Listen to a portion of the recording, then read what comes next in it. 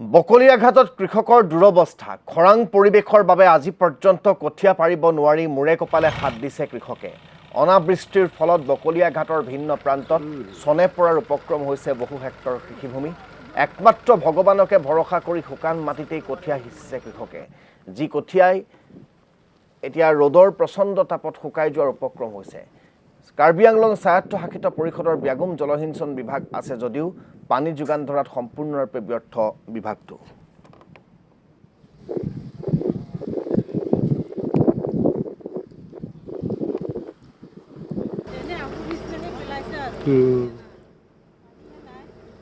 মানে কঠীয়া পেলাবৰ কাৰণে বহুত চেষ্টা কৰিছে কিন্তু পেলাব পৰা নাই কিয় ইয়াত কত বিঘা মাটি কত একৰ মাটি ইয়াত চন হিচাপে এতিয়া পৰি আছে মানুহে কঠীয়া পেলাব পৰা নাই এইবাৰ কি হ'ব এই কাৰণে মানুহবিলাক চিন্তা হৈ আছে ইয়াত ইৰিগেশ্যন বান্ধ এটা আছে কিন্তু এই বান্ধটো এতিয়া বৰ্তমান পানী নাই চৰকাৰে এতিয়ালৈকে একো কৰি দিয়া নাই আৰু এই অঞ্চলৰ মানুহখিনি এই বান্ধটো এনেই চকুৰে দেখি